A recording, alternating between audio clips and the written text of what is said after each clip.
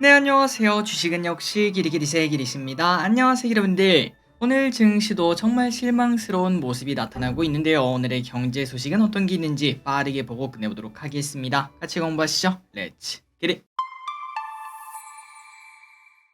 첫 번째입니다. 미국 증시 시간 내에서 급락 중. 오늘 우리나라 증시가 안 좋은 이유 중 하나라고 말할 수 있습니다. 미국 주요 기업들의 실적 발표가 있었는데 대부분 안 좋은 결과를 나타내며 시간에 급락을 하고 있다고 하네요. 아니 길이 우리는 미국장 오를 때도 빠져, 그 다음에 빠질 때는 또 빠져. 그럼 우린 언제 오르냐? 저 길이 또 100% 공감하는 바입니다. 빠르게 좀 증시가 회복하기를 진심으로 바라고 빠르게 보자면은 일단 AMD 같은 경우에는 4분기 실적은 좋았으나 1분기 실적 전망치가 나쁜 예상을 보여주며 시간 내에서 주가가 하락했다고 합니다. 또한 마이크로소프트와 구글도 시장 예상을 초과하는 서프라이즈 4분기 실적을 써냈기 때문에 당연히 올랐겠구나 라고 예상을 했지만, 그런데 이 두 회사는 AI에 대한 기대감이 많이 존재하지 않았겠습니까? 하지만 실적을 까보니까 AI로 파생된 실적이 생각보다 크지 않다는 모습에 시간 내에서 또다시 하락하는 모습이라고 합니다. 그러다 보니까 왼쪽에 알파벳을 보시면 무려 5.7%나 하락하고 있고, 이렇게 미국의 대표적인 기업들이 시간에서 하락하니까 미국 증시, 아니 선물이 급락할 수밖에 없던 거겠죠. 오늘 저녁 미국장은 매우 중요합니다. 이렇게 실적이 발표된 기업들이 어떻게 움직일지 플러스 FOMC 결과 발표가 오늘 저녁 새벽에 있죠. 거기서 어떠한 이야기가 나오는가, 과연 3월에 우리가 진짜로 금리 하락을 볼 수 있을지에 대한 힌트가 나올지 한번 보도록 하겠습니다. 다음입니다. 이 와중에 삼전도 실적 발표를 했어요. 오늘 삼성전자의 실적이 발표가 되었는데 4분기 실적은 3분기보다 좋은 흐름을 나타냈고,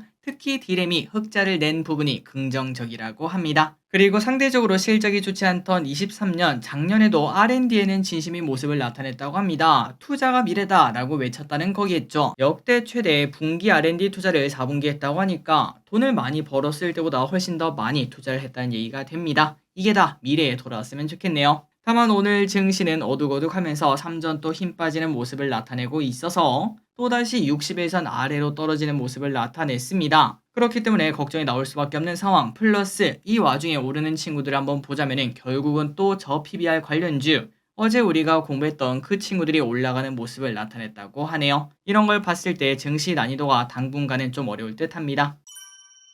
다음입니다. 그렇다면 저 PBR 관련 이야기 어제 이어 오늘 또 해봐야겠죠? 자, 오늘 또 증시가 안 좋은 와중에 은행, 보험, 지주사 등은 좋은 모습을 나타냈습니다. 겉토양까지는 아니라서 솔직히 많이 애매하긴 한데요. 그런데 시장에 돈이 갈 곳이 없다 보니까 어쩔 수 없다, 정부가 밀어주는 저 PBR 이쪽으로 가자라는 이야기가 나온다는 거겠죠. 그러다 보니 동시다발적으로 여기저기서 막 올라가는 친구들이 나오고 있는데, 그 친구들의 공통점을 보니까 다 PBR이 1보다 낮고 보통 우리가 말하는 저평가주로 몰리는 모습이 나타나고 있습니다. 그리고 이 와중에 증권가가 조금 신이 난 모습입니다. 증권주 말고 증권가요. 그 이유가 뭔가라고 제가 한번 생각을 해보니까 딱 이유를 알겠더라고요. 사실 증권가는 이제 리포트 보시면 아시겠지만 그 사람들은 기업들의 실적을 예상한 다음에, 그리고 그 실적에 따른 멀티플, 뭐 예를 들어 돈을 잘 버는 뭐 테슬라 같은 애들이 있다, 그렇다면은 조금 멀티플이 많이 줘서 앞으로 이만큼 성장하니까 이 정도 가치는 받아야 되지 않을까요? 이렇게 말하는 친구들이고, 그러니까 우리 같은 경우는 조금 꿈과 희망을 보는 편 아니겠습니까? 어떤 주식이 오른다고 하면은 야, 이 주식은 왜 오르냐라고 했을 때 실적이 좋아서라고 오르는 경우도 분명 있지만, 그거 외적인 부분, 뭐 정책 관련주 아니면 뭐 미래 자율주행 관련주 등등 대부분은 우리가 꿈과 희망을 따라가다 보니까 사실 숫자보다는 그 희망의 크기가 우리한테는 조금 더 많이 와닿습니다. 하지만 증권가에서 그럴 수는 없겠죠.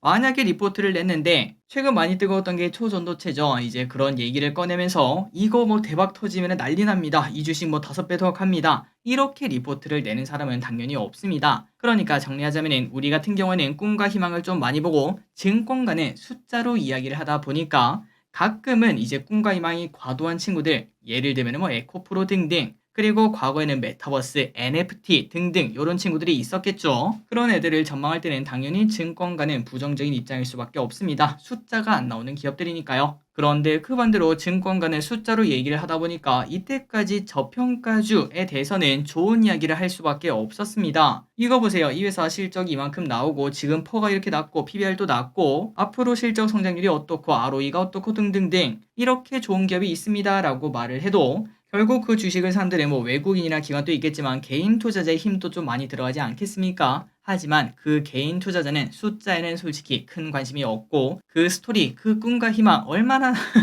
얼마나 나의 심장을 뛰게 하는가 그런 것들에게 관심이 많다 보니까 이때까지 한국 저평가주는 항상 만년 저평가였던 걸 확인할 수 있습니다. 이런 상황이다 보니까 우리가 증권가 보고 항상 하는 말이 뭐죠? 맞습니다. 얘네는 맨날 틀려. 그런데 그 이유가 바로 이것 때문에 이러한 차이 때문에 좀 느껴진다라고도 볼 수 있겠죠. 그런데 지금 이제 중요한 일이 생겼습니다. 바로 정부에서 으쌰으쌰 하겠다. 저평가주를 좀 살려보겠다 이런 얘기가 나오다 보니까 숫자로 얘기하는 기업이 올라갈 수 있다는 얘기가 됩니다. 그러면 당연히 누가 기분이 좋을까요? 맞습니다. 저평가주, 가치투자자 플러스 증권가가 최근 들어 기분이 좋은 이유가 바로 이것 때문이 아니겠는가? 여러분들 아마 리포트 보시면 아실 겁니다. 최근 들어 저 PBR 관련주 관련 이야기가 정말 많이 쏟아지고 있고 사실 지난번에 뭐 온디바이스 AI 관련 아니면 뭐 그전에 있었던 몇몇 테마주 같은 것들은 그때그때 나오는 섹터에 대해서 나오는 리포트를 찾기가 매우 힘든 반면 저 PBR이 이렇게 쏟아지는 걸 봤을 때 증권가가 최근 들어 일할 만 나겠구나 라는 얘기를 해볼 수 있겠네요. 어쨌든 말이 길었지만 저 PBR 어디까지 봐야 될지 한번 여러분들 고민해 보시기 바랍니다. 다음입니다. 그렇다면 저 PBR 관련 이거 진짜 우리가 사야 되는가 라고 고민이 많이 되실 것 같은데 일단 이렇게 하게 된 이유인 일본이 어떻게 됐는지 한번 보도록 하겠습니다. 작년 3월 일본은 PBR 1보다 낮은 회사 보고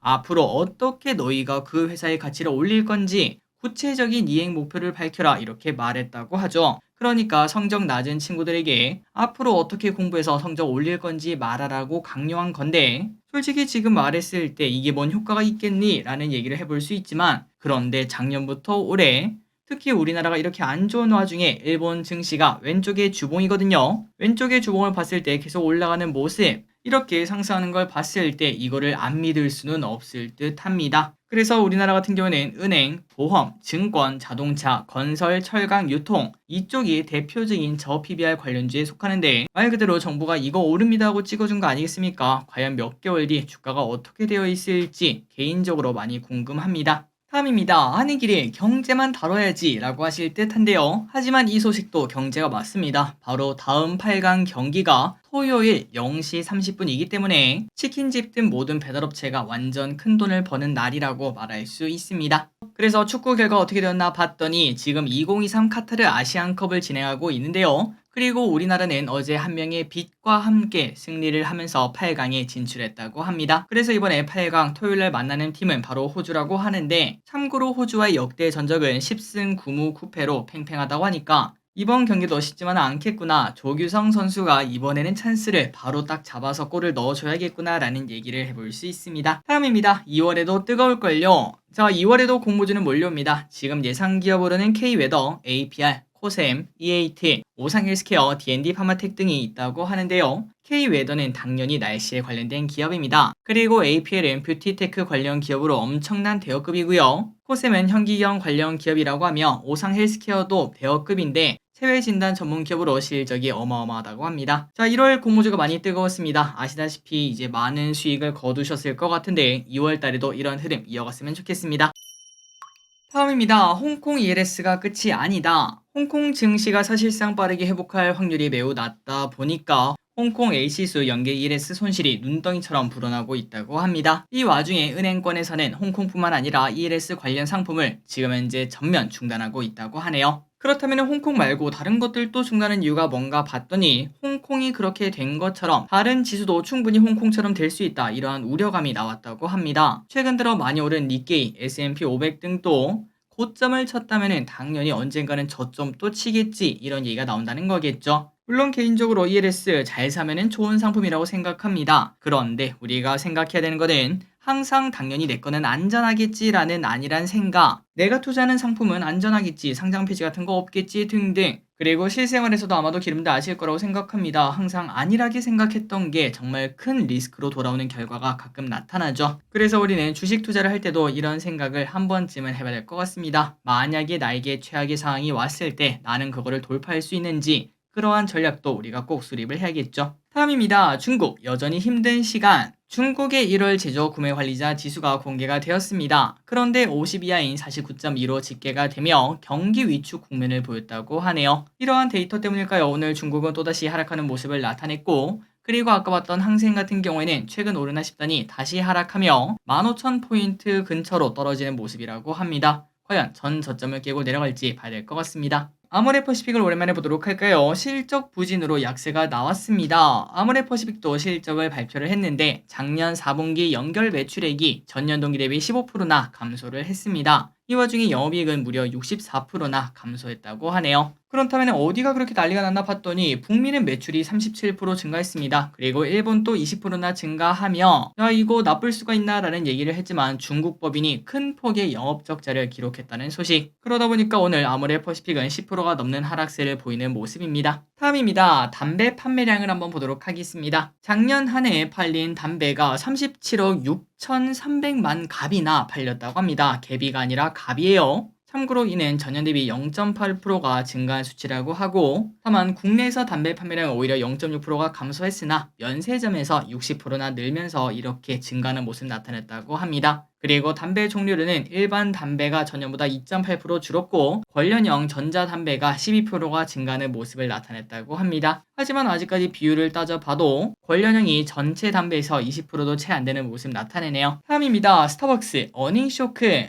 한국에 있는 스타벅스 말고요. 미국에 있는 스타벅스 4분기 매출이 실적 전망치를 밑돌며 어닝쇼크를 기록했다고 합니다. 4분기 매출 전망이 95.9억 달러였는데 94.3억 달러를 기록하며 그 이유는 바로 미국과 중국 시장에서 주문 한 건당 평균 매출이 감소하는 모습을 나타냈다고 하네요. 그렇다면 도대체 어떤 이유가 있었나? 바로 스타벅스가 작년 가자 지구 전쟁에서 팔레스타인을 지지하는 발언을 한 뒤 보수주의자들의 불매 운동이 더해졌다고 합니다. 또한 중국 시장에서는 저가 프랜차이즈의 확장과 경기 둔화 영향이 더해졌기 때문에 이렇게 실적이 나빠질 수밖에 없었다고 하네요. 그래서 앞으로 스타벅스는 더욱더 공격적인 마케팅, 굿즈 많이 팔겠다라는 얘기겠죠. 그렇게 소비자들의 지갑을 공략할 예정이라고 합니다. 다음입니다. 다이소. 여기서 꼭 사야 해. 여러분 그거 알고 계셨나요? 다이소가 다른 유통 채널에 비해 과자가 싸다고 합니다. 대형 마트나 편의점은 가격을 높게 책정하고 1+1 등 할인 행사를 하는데도 불구하고 다이소는 균일가 정책으로 과자를 그냥 애초에 저렴하게 판매하기 때문에 그래서 500원 이상 저렴하게 판매되는 품목이 많다고 하네요. 그래서 최근에 다이소를 가면은 다른 거 사는 사람보다 과자만 사러 오는 사람들이 많아지고 있다고 합니다. 입소문이 나고 있다는 거겠죠. 실제로 작년 다이소 과자 매출은 전년 대비 30%나 증가했고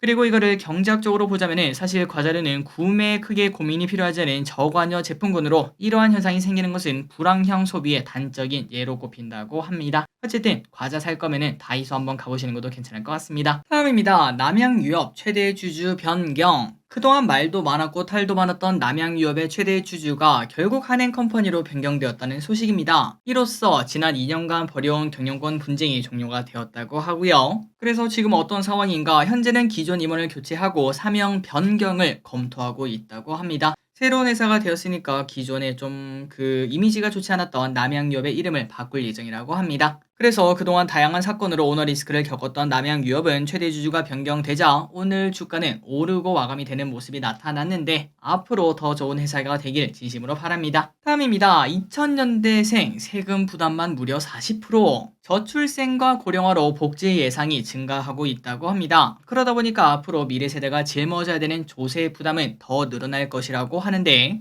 경제학 공동학술대회에서 한양대 교수가 발표한 논문에 따르면은 현재 재정 적자와 부채를 갚기 위해서는 GDP의 13%가 투입되어야 된다 이렇게 말을 했습니다. 그리고 이 같은 짐이 앞으로 미래 세대에 전가될 수밖에 없는데 그래서 결론만 말하자면은 앞으로 2000년도 이후에 태어난 세대는 생애소득의 무려 40%를 순조세 부담으로 납부를 해야 돌아갈 수 있다고 하네요. 참고로 1970에서 1980년대생은 20에서 40%인데 그거보다 훨씬 더 큰 걸 확인할 수 있기 때문에 앞으로 다가오는 새로운 세대가 조금 부담이 커진다는 걸 확인할 수 있습니다. 다음입니다. 이거는 좀 안 좋은 소식이 나왔죠. AI 도입은 올해 아니다. 애플 전문 분석과 거밍치 많이 들어보셨을 겁니다. 이 사람이 아이폰 16 모델에 대해 분석을 했는데 커진 화면, 캡처 버튼 빼고는 바뀌는 게 없다고 합니다. 이번에도 혁신이 없다는 거겠죠. 그러니까 우리가 기대했던 AI가 들어간 아이폰을 올해 볼 수가 없다라고 하는데요. 보다 포괄적인 생성형 AI 기술은 빨라야 내년에 출시될 아이폰 17부터 적용될 것이라고 전망을 했습니다. 그러다 보니까 최근 트렌드인 폴더블, 그 다음에 생성형 AI, 요 친구가 아직도 등장하지 않아 아이폰 판매량이 올해 크게 감소할 수 있다는 전망이 나왔고 한편 우리가 공부했다시피 온디바이스 AI는 최근 들어 고점 찍고 내려오고 있죠. 이 와중에 제가 이제 다시 오를 수 있는 시나리오는 아이폰에서 AI를 채택한다. 그 이야기가 나오면 다시 올라갈 것 이렇게 얘기를 했었는데 하지만 하반기에 이러한 애플 AI 이벤트가 없다면은 이게 빠르게 반등할 수 있을까라는 의문점도 생길 수 있을 듯 합니다. 그래서인지 오늘 애플 관련주, 그 다음에 또 온디바이스 AI 관련주가 급락하는 모습을 나타냈습니다. 다음입니다. 그럼에도 비전 프로는 잘 나간다. 애플의 MX 기기인 비전 프로가 사전 예약 12일 만에 20만 대 이상 팔렸다고 합니다. 물론 판매 속도는 점점 줄어들고 있는데요. 초반에는 얼리 어댑터와 그 다음에 애플 직원들의 수요가 몰리며 16에서 18만 대 가량이 팔렸고 그 이후 속도가 둔화되면서 이제 20만 대 넘겼다고 합니다. 물론 평가는 좋습니다. 외신들은 비전 프로를 현존 최고의 헤드셋, 미래를 엿보는 느낌 등으로 언급했고 한 칼럼니스트는 일주일 내내 비전 프로를 착용했음에도 어지럼증을 느끼지 않고 일을 할 수 있었다 이렇게도 말했다고 하네요. 물론 또 혹자는 그냥 뭐 별로였다, 조금 많이 힘들었다 이렇게 말을 하기도 했기 때문에 평가는 조금 갈리고 있긴 하지만 어쨌든 새로운 시대가 열리는 건 확인할 수 있습니다. 다음입니다. 최대 주주 반대 매매. 자, 이런 일도 있습니다. NK맥스라는 기업 알고 계신지 모르겠지만 최대 주주인 박상우 대표가 반대 매매로 회사 지분을 거의 잃었다고 합니다. 야, 이거 좀 놀라운 일이죠. 최대 주주가 반대 매매로 회사 주식을 다 날렸다는 소린데 지분만 놓고 보면 12.9%가 있었는데 이제는 0.01%로 감소해서 이 사람이 최대 주주가 아닐까 다른 사람 뭐 한 몇백 주, 몇천 주 이렇게 들고 있던 사람들 있지 않겠습니까? 그 사람들이 최대 주주가 되는 모습이 나타났다고 합니다. 그래서 대체 무슨 일인지 조금 더 보자면은 박상우 대표는 주식을 담보로 이베스트 투자증권 등에 돈을 빌렸는데 지난 24일 이때 있죠 이때 반대 매매로 대규모 매도 물량이 나왔었습니다. 그러다 보니까 당시 대주주 지분이 뭐 나온 거 아니냐 이러한 예측이 나왔었는데 NK맥스 측은 경영활동은 정상적, 뭐 별일 없습니다. 이렇게 거짓말을 했었죠. 하지만 알고 보니 반대 매매했다는 공시가 오늘 나와서 참 어이가 없는 상황이고 오늘 주가도 하한가를 찍는 모습을 나타냈습니다. 그리고 왼쪽에 보면은 잠시 올라왔던 거 있죠. 이때 이렇게 올라간 이유가 바로 1대1 무증 이야기가 나오면서 올라갔었는데 이것도 반대 매매를 막기 위해서 어쩔 수 없이 꺼냈던 주가 부양 아니었냐 이런 얘기도 나온다고 합니다. 그래서 이제 아까 말씀드렸던 그겁니다. 세상에는 어떤 일도 우리에게 일어날 수 있습니다. 최악의 상황이 물론 안 나타나면 매우 감사하고 좋은 거지만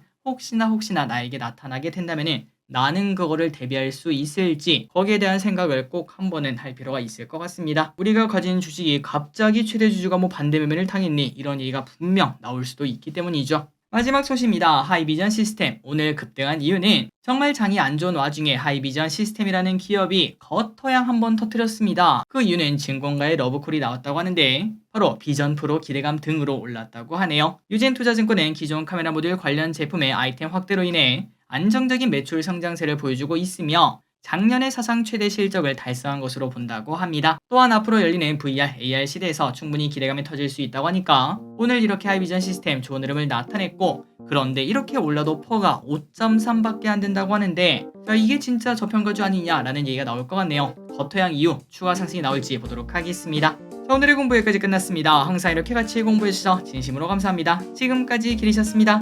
빠이요.